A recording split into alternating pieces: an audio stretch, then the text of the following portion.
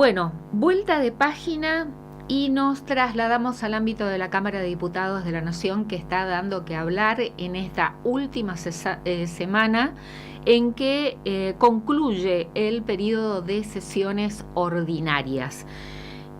Prácticamente sesiones especiales, la mayoría fallidas, no existiendo quórum para sesionar, pero sí ayer se reunió el quórum necesario para tratar el proyecto de ley al que se le dio media sanción de prevención de ludopatía. Lo tenemos en comunicación telefónica el diputado nacional por la provincia de Formosa del bloque Democracia para Siempre, el bloque radical, separado del bloque mayoritario, que lleva el nombre de Bloque Democracia para Siempre, el diputado Fernando Carvajal. Diputado Carvajal, ¿qué tal? ¿Cómo le va? Buenas noches. Buenas noches, Liliana, ¿cómo estás? Muy bien, ya perdí la cuenta, pero creo que todas las semanas estaban convocadas sesiones especiales, y creo que en la jornada hoy es jueves, del 26, del martes 26, hicieron doblete. Sí, así fue. El martes hubo 2 sesiones convocadas, el miércoles una y el jueves una, pero bueno, lamentablemente solamente en la del miércoles se logró alcanzar el quórum. La buena noticia fue que logramos ahí la aprobación de una ley muy importante, que es la ley de control de la ludopatía, fundamentalmente apuntando a establecer un control sobre todo lo que tiene que ver con las plataformas online en juego, que están generando un problema social muy importante, sobre todo entre los menores y los jóvenes, ¿no? Así que conformes con haber logrado por lo menos avanzar en la aprobación de esa ley. Empecemos por ahí, por lo positivo de haber logrado el quórum necesario para darle media sanción a este proyecto de ley, que es un tema importantísimo y con graves consecuencias, como usted bien lo señaló, sobre todo en la población de adolescentes y jóvenes, en el mundo de los adultos también, pero está haciendo estragos en el mundo de adolescentes y jóvenes. Explíquenos en rasgos generales las principales características de este proyecto de ley que obtuvo media sanción. Bueno, fundamentalmente lo que se ha hecho es establecer, por un lado, la prohibición de que los menores puedan acceder a estos juegos, la obligación de las páginas de establecer controles biométricos y sistemas de control para impedir que los menores puedan acceder a los mismos, la prohibición del uso de instrumentos como puede ser la tarjeta de crédito, es decir, para evitar que la gente pueda acceder a los juegos sacando crédito, lo que sabemos que es un mecanismo extremadamente perverso. Además se han establecido algunos mecanismos de tutela, como es la posibilidad de un registro de autoexclusión para impedirse el acceso a este tipo de páginas.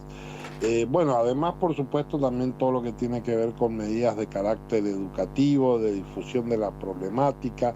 Es decir, es una ley integral que tiene distintos ámbitos de actuación, pero que se hace cargo, digamos, de este problema que hay un consenso muy extendido de que está siendo extremadamente grave en este momento, fundamentalmente por la accesibilidad que ha significado las plataformas de juego online. Hay un costado muy trascendente que fue el que motivó mucha discusión y que también tiene que ver con la prohibición de la publicidad, que esto, digo, en esto hay que ahí es donde, que hubo mucho ahí es donde se produjeron lobby, ¿no? ahí es donde se produjeron las mayores diferencias, ¿no? Entre los bloques, digo.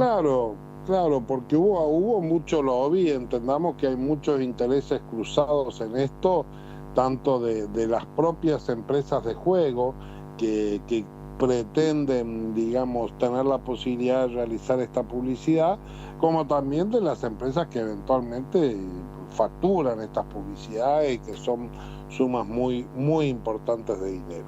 Pero está muy claro que el juego no es una actividad que apenas es tolerada por el Estado, pero no puede ser mansamente o calladamente aceptada como una actividad benéfica. De hecho, durante mucho tiempo el juego estuvo prohibido, finalmente se entendió que era mejor regularlo que prohibirlo, pero de ahí a permitir que sea promocionado cuando claramente es una actividad que es perjudicial para los seres humanos, pero sobre todo para los jóvenes, hay una enorme distancia. Por eso es una ley extremadamente importante y que además reafirma la necesidad de que el Estado cumpla con su rol de control y de tutela de este tipo de actividades.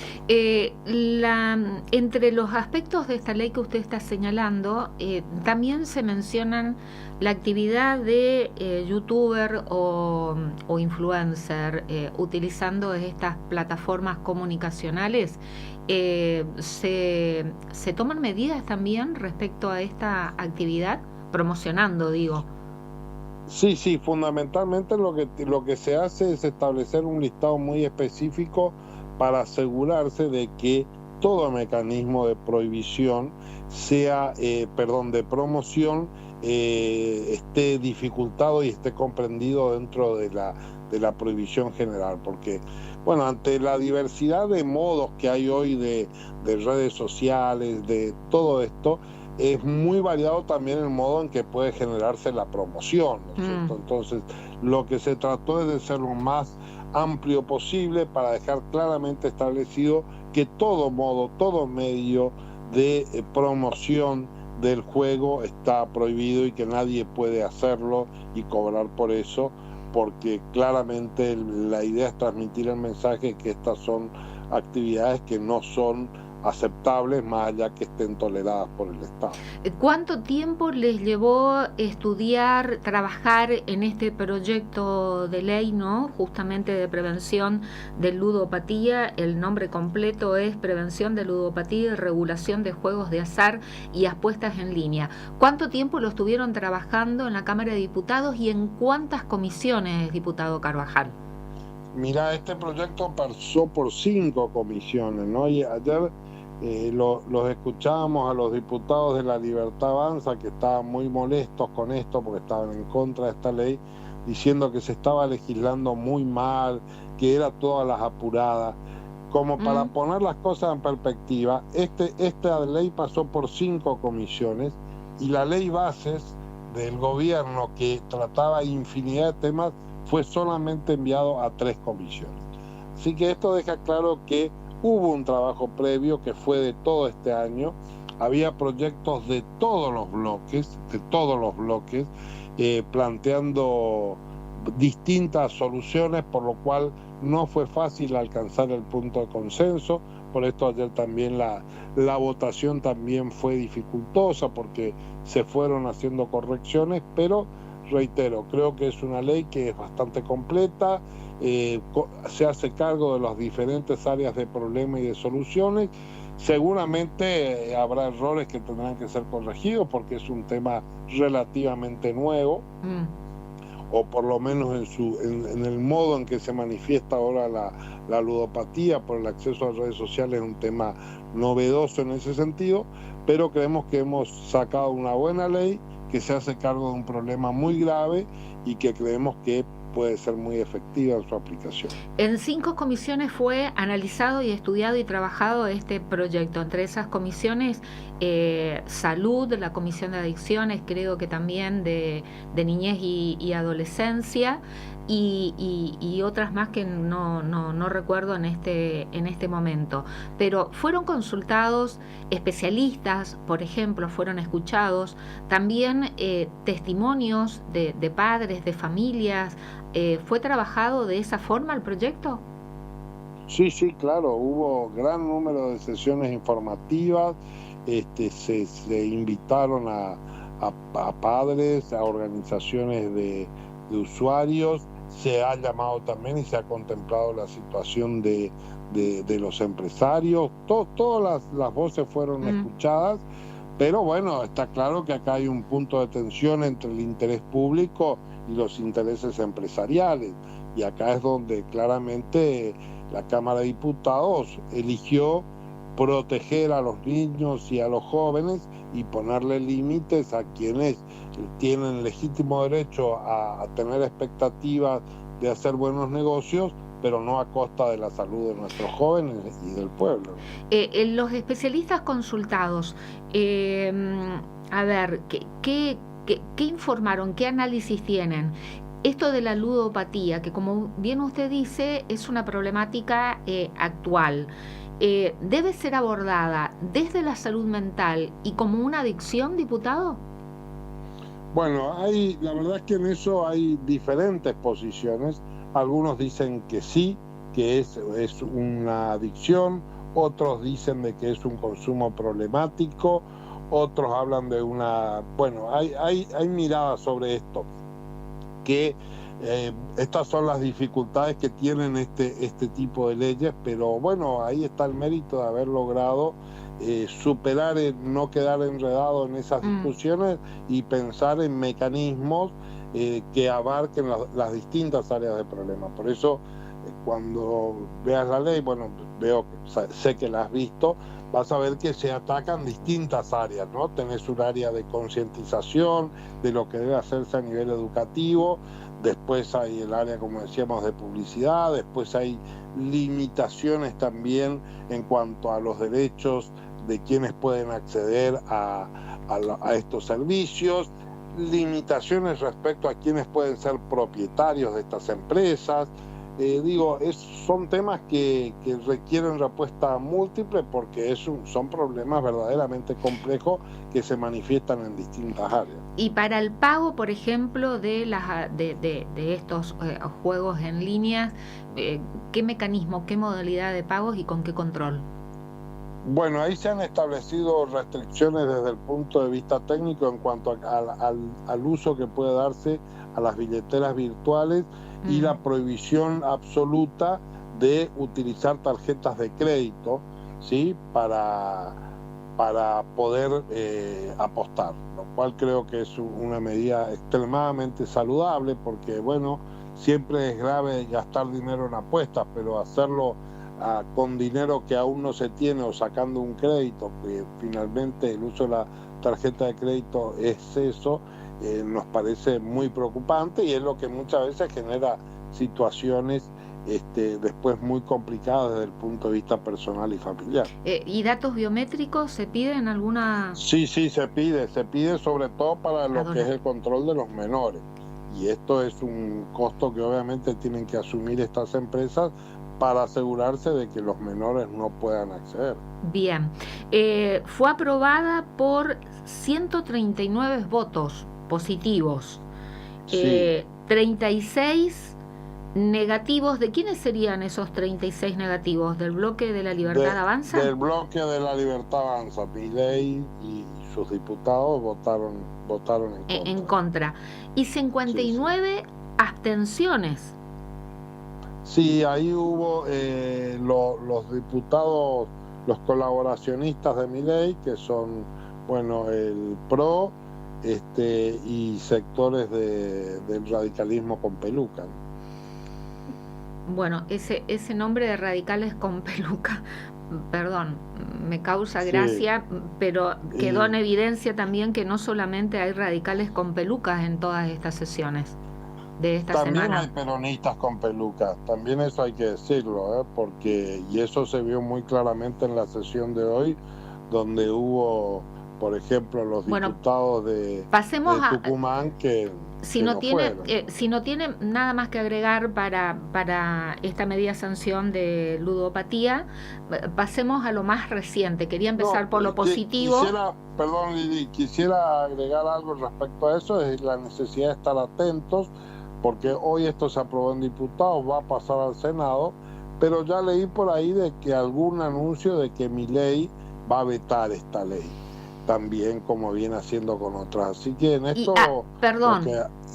Perdón, sí, los vetos que se vinieron, los vetos del Ejecutivo Nacional en dos leyes aprobadas en el Congreso fueron el argumento utilizado es que atentaba contra el déficit cero, ¿no? El del presupuesto universitario, financiamiento universitario, y el otro fue la ley de nuevas fórmulas de movilidad jubilatoria. El argumento utilizado fue que afectaba el déficit cero presupuestariamente, ¿no?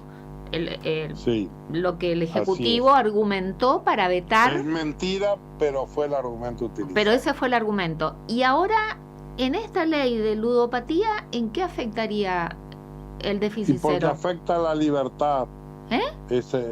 Afecta la libertad. Bueno, Milei él entiende de que hay que destruir el Estado y dejar que los empresarios hagan lo que quieran. Esto es así, este es su modelo. Esto es lo que él entiende que la gente votó.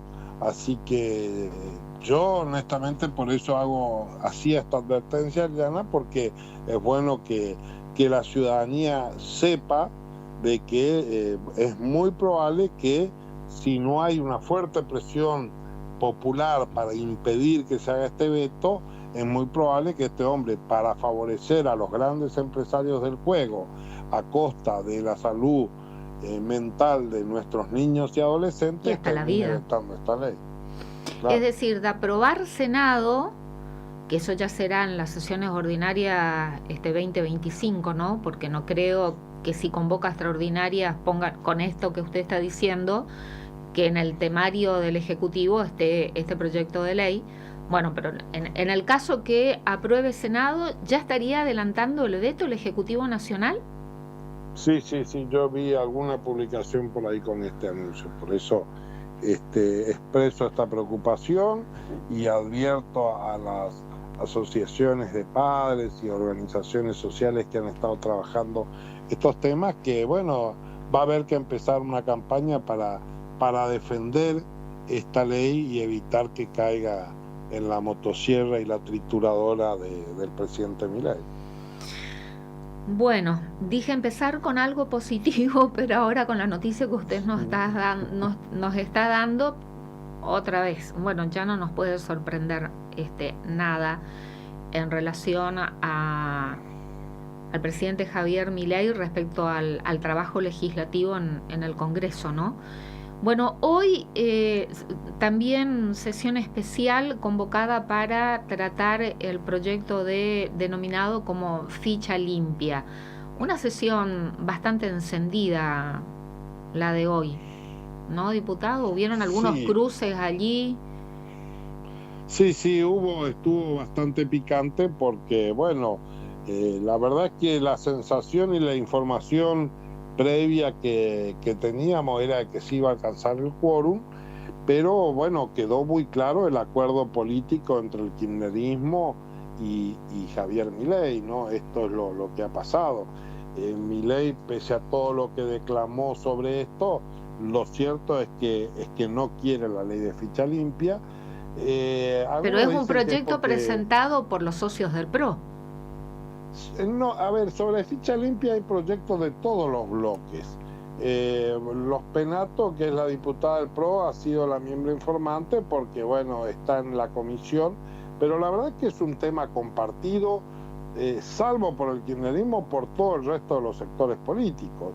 Hasta la propia Libertad Avanza tenía proyectos presentados. Hay proyectos del diputado Sago, que fue presidente del bloque por un tiempo, hay proyectos presentados, o sea que es un tema transversal, había consenso, además de que es un tema que tuvo en su momento una campaña de recolección de firmas muy importante, es decir, hace muchos años que actores sociales también lo vienen impulsando. Después también hay alguna picardía en algunos dirigentes políticos de querer apropiarse estas banderas como si fueran propias, pero bueno, esto pasa más por una cuestión de ego, que podemos dejarlo de costado. Pero había, reitero, un consenso muy amplio, y con este gobierno que se supone que venía a cambiar, los amigos del PRO y de algunos otros bloques que vienen jugando a acompañarlo a Milei de manera incondicional y que le vienen bancando todos sus atropellos institucionales, no sé por qué pensaron que Milei iba a estar interesado en esto. Bueno, hoy Milei mostró muy claramente que es coherente también, porque si él lo reivindica a Menem y reivindica la corrupción y los negociados de los años 90, entonces es muy lógico que esté en contra de la ficha limpia. Lo reivindica el hijo, que es un juez que expresa el modelo de sostenimiento de la corrupción. Así que yo lo que digo honestamente es que el problema no es Milei, que es coherente, él defiende la corrupción.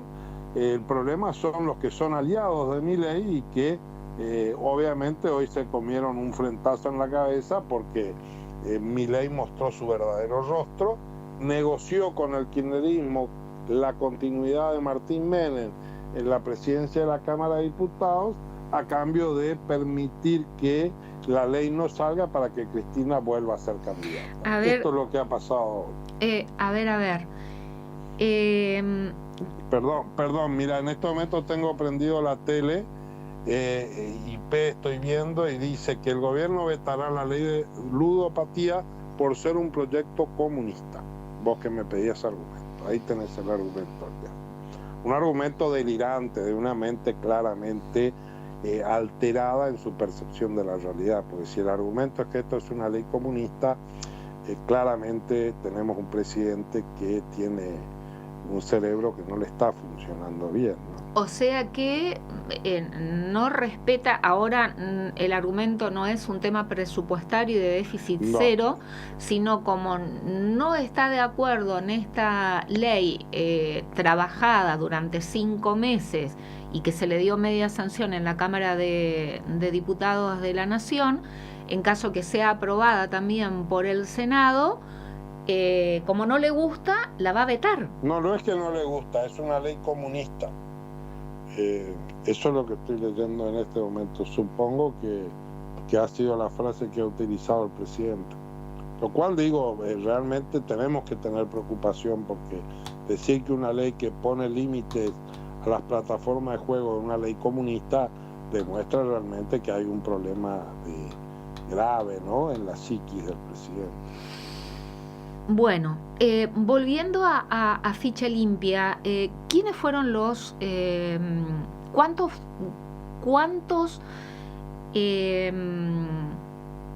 números le hicieron falta, presencia, digamos, para dar quórum en la sesión de hoy?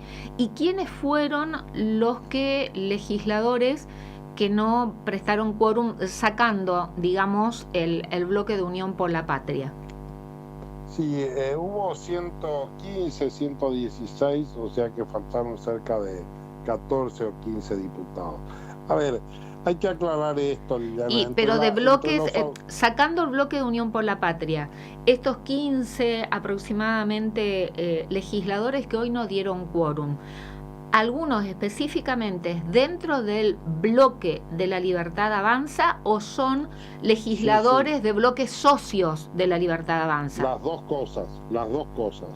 Hay 8 diputados de La Libertad Avanza que son hombres que responden de manera directa al presidente Milei y a Karina Milei, no estuvieron presentes, estaban en la Cámara de Diputados y no dieron quórum para impedir que haya quórum. Estos fueron 8 de La Libertad Avanza, más 2 o 3 del PRO, más los diputados que son aliados del gobierno, de Jalil y todo esto, que tampoco dieron el quórum. Estos fueron los que debieron haber dado quórum porque son del gobierno, que supuestamente Milei dijo que quería la ley de ficha limpia. Después hay que descontar la gente que tenía una posición distinta, como es Unión por la Patria, y ya dijo que no iba a ir. Pichetto, que él no cree en la ficha limpia, él dice que hay que esperar que la sentencia quede firme.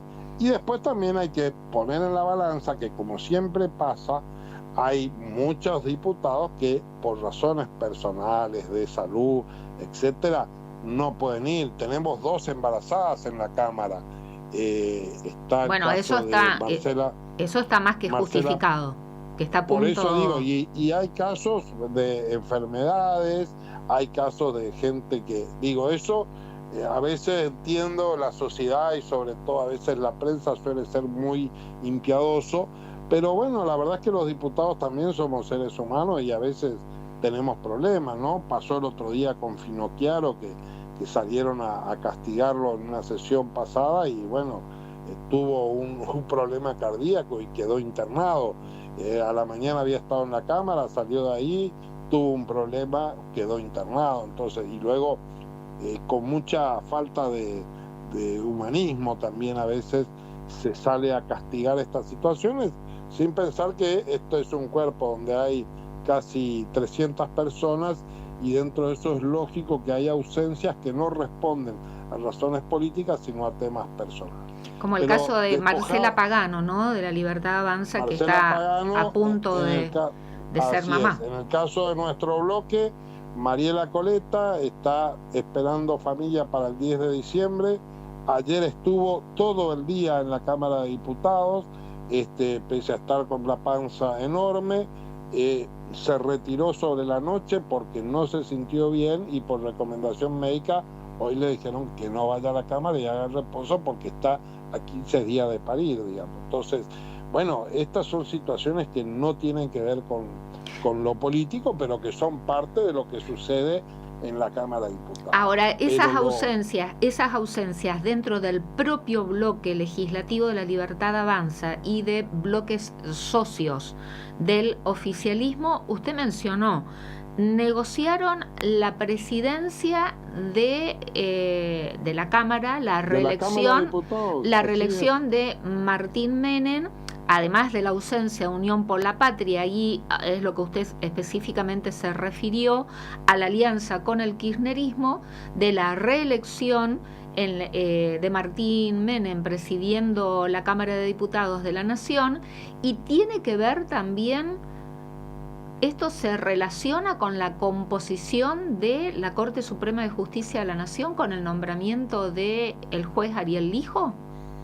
Yo no tengo ninguna duda que es parte del acuerdo y de las conversaciones. No es casual que hace 2 días una diputada kirchnerista firmó el dictamen para el juez Lijo. Senadora. Y que se estaban, una senadora, perdón, gracias. Efectivamente, esto demuestra de que hay un acuerdo. Esto ya se lo viene diciendo hace bastante tiempo. Hay un libro inclusive publicado bajo el sugerente título de Quédate tranquila, lo tenemos al hijo, que frase que se le atribuye a Javier Milei, que no sé si es cierta como frase, pero que es cierto como hecho objetivo de que hay un acuerdo para poner en la Corte Suprema lo peor de la justicia, para tener una corte que le dé la impunidad a Cristina Fernández de Kirchner y que le asegure a Milei un juez que le avale todas las barrabasadas jurídicas e institucionales que está haciendo. Esto es lo que hoy ha quedado blanco sobre negro. Esta es el dolor y la desilusión que tienen los amigos del PRO, que parecía que le venían creyendo de que Milei era bueno, democrático y republicano y que le iba a seguir dando cargos en el Poder Ejecutivo. Bueno, ahora vamos a ver qué hace el PRO en el futuro. Si siguen acompañando con mansedumbre las barrabasadas institucionales de Javier Milei, o van a recuperar su gen republicano y nos van a empezar a acompañar para ponerle frenos a los abusos autoritarios. Lo van a hacer tarde, porque recordemos que el miércoles, Liliana, fracasó la sesión donde le quisimos derogar a Milei el decreto 856, por el cual le sustrajeron al Congreso la facultad de controlar lo que hace el ministro de Economía. El canje de deuda. Claro, entonces ahora Caputo está habilitado a hacer lo que quiere y no tener que informar al Congreso. ¿Y sabés qué van a hacer? Negocios turbios, porque el que esconde, el que no quiere mostrar las cosas, es porque está por hacer algo turbio. Entonces, eso es lo que hizo Milei, pero que el PRO y los radicales con peluca y los peronistas con peluca le vienen permitiendo hacer a Javier Milei. ¿Presupuesto general de la Nación? No vamos a tener. Vamos a tener el presupuesto prorrogado. ¿Otra vez? Por la complicidad de estos sectores, para que Milei pueda gastar la plata como quiere y le pueda dar a los gobernadores lo que quiere. Discrecionalmente. ¿Por qué los gobernadores consienten esta situación? La verdad es que no lo sé. Habría que preguntárselo a los gobernadores. Yo no tengo explicación. Pero otra vez un presupuesto prorrogado, es decir, ahora tenemos el presupuesto prorrogado del ejercicio 2023. Así es. Y en el 2025 va a ser nuevamente un presupuesto prorrogado del prorrogado. Con el agravante de que esto de por sí es grave, pero es más grave todavía cuando vos tenés contextos hiperinflacionarios muy altos como los que hemos tenido y como los que seguimos teniendo este año, porque si bien Milei tuvo un modestísimo éxito en haber reducido la inflación, no la ha eliminado, el acumulado de la inflación sigue siendo altísima.